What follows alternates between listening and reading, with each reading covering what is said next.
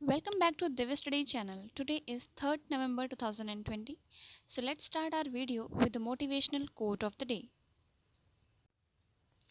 Wake up early morning with the thought that something wonderful is about to happen.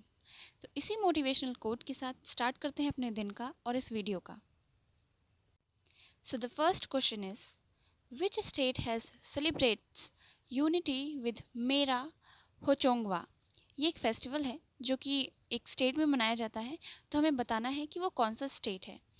So the answer will be D, Manipur. Manipur में ये एक festival मनाया जाता है जो कि जो ट्राइब्स होते हैं उनके द्वारा मनाया जाता है. सारे जनजातीय और आदिवासी इकट्ठा होते हैं और डांस करते हैं और वहाँ पे सेलिब्रेट करते हैं एक जगह इकट्ठा होकर.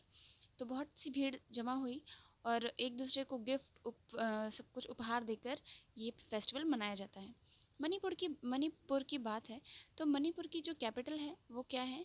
तो मणिपुर की कैपिटल है इम्फाल. वहाँ के जो चीफ मिनिस्टर हैं वो हैं एन बीरेन सिंह और मणिपुर के जो गवर्नर हैं उनका नाम है नज़मा हेमतुल्ला.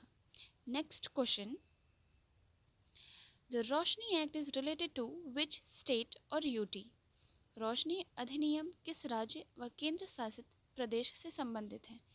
तो रोशनी जो प्रोजेक्ट है वो ज़मीन के लिए हो रहा है, लैंड के लिए ये अधिनियम बनाया गया था कि जो जम्मू कश्मीर को एक स्पेशल दर्जा मिला हुआ था जिसके तहत वहाँ पे कोई भी किसी भी राज्य का व्यक्ति जाकर ज़मीन नहीं खरीद सकता.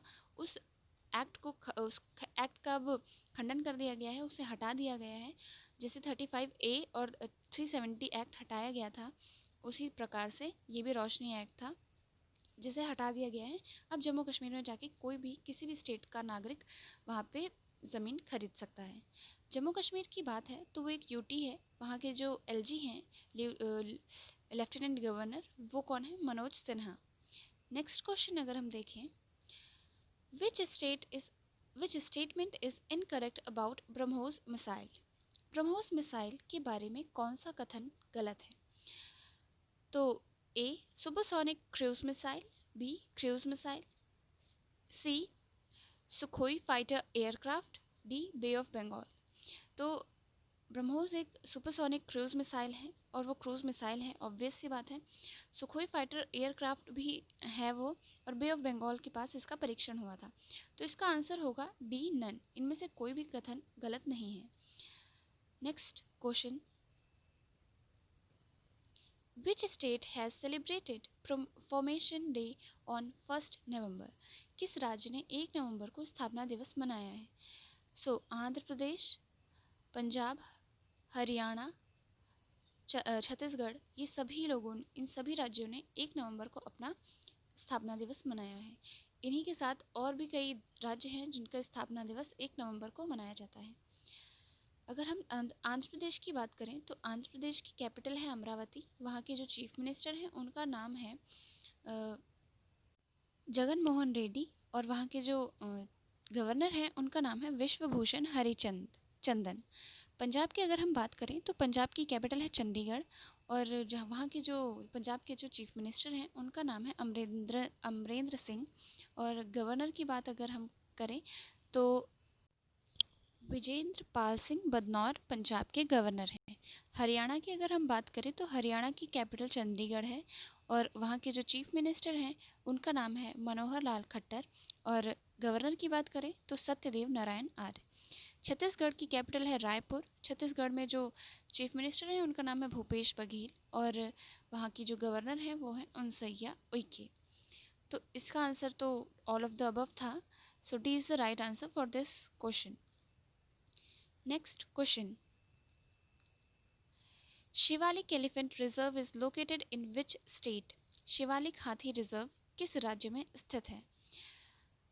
तो जैसे कि हिमालय की सबसे निचली जो श्रृंखला है या रेंज है उसका नाम शिवालिक है और शिवालिक इंडिया के नॉर्थ में पड़ता है. तो अगर आपको पता होगा हिमालय के फैक्ट्स के बारे में तो आप इसका आंसर कर लेंगे क्योंकि हिमालय यूपी में नहीं आता.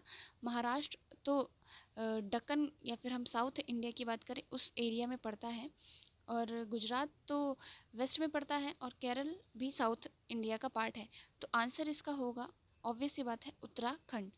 उत्तराखंड में है शिवालिक एलिफेंट रिज़र्व, क्योंकि ये जो एलिफेंट रिज़र्व है ये एक पोर्ट है जिसके ऊपर अब फिर से उसके एक्सपेंशन के लिए ऊपर काम हो रहा है, इसीलिए ये इम्पॉर्टेंट हो जाता है क्वेश्चन बनने के लिए।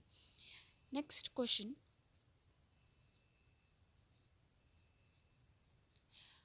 Which state has launch 7 project, किस राज्य ने 7 परियोजना शुरू की है? तो 7 की पहले हम लोग फुल फॉर्म पता कर लेते हैं। Sustainable action for transforming human capital, ये फुल फॉर्म है 7 प्रोजेक्ट का। ये किसके द्वारा शुरू की गई है? तो ये उड़ीसा के द्वारा शुरू की गई है। 7 परियोजना में क्या होगा, जितने भी 8,000 से ज़्यादा जो स्कूल्स हैं उन्हें मर्ज करके एक पर्टिकुलर स्कूल में विलय उनका कर दिया जाएगा, मर्जर कर दिया जाएगा। ऐसा क्यों किया जाएगा? क्योंकि 8,000 से भी ज़्यादा ऐसे स्कूल हैं जहाँ पे बच्चों की संख्या या फिर स्टूडेंट्स की संख्या 20 से भी कम है। तो सरकार ने सोचा कि इन 8,000 स्कूलों का विलय करके हम एक स्कूल कर देते हैं ताकि सारे बच्चे एक जगह आएँ और ये जो खर्चा और एक्सपेंडिचर इन पर्टिकुलर स्कूल्स पे होता था वो कम हो जाए।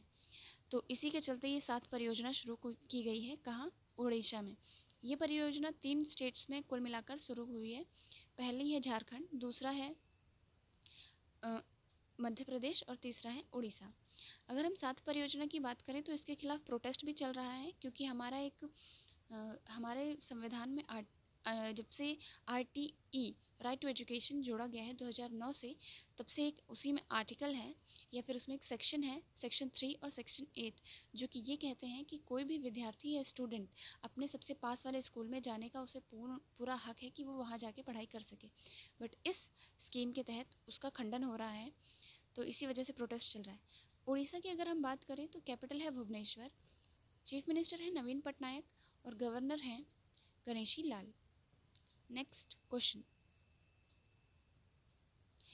विच state is placed on number 1 in public affair index, किस राज्य को सार्वजनिक मामलों के सूचकांक में नंबर 1 पर रखा गया है? तो इसका आंसर होगा Kerala. Kerala is the right answer. Public affair index, good governance index में अगर हम बात करें तो तमिलनाडु फर्स्ट नंबर पे है। और अगर हम बात करें मनरेगा में सबसे ज़्यादा रोजगार देने वाला राज्य, तो उत्तर प्रदेश सबसे नंबर 1 पे है। आंध्र प्रदेश की खासियत की बात करें तो Andhra Pradesh ease of doing business index में सबसे ज़्यादा ऊपर था, टॉप पर था। MP की बात करें तो MP में भोजताल है और ये एक वर्ल्ड हेरिटेज साइट भी है। Next question, so this was the last question of this video. Thank you for watching and please stay connected with this channel and do subscribe also. Thank you once again.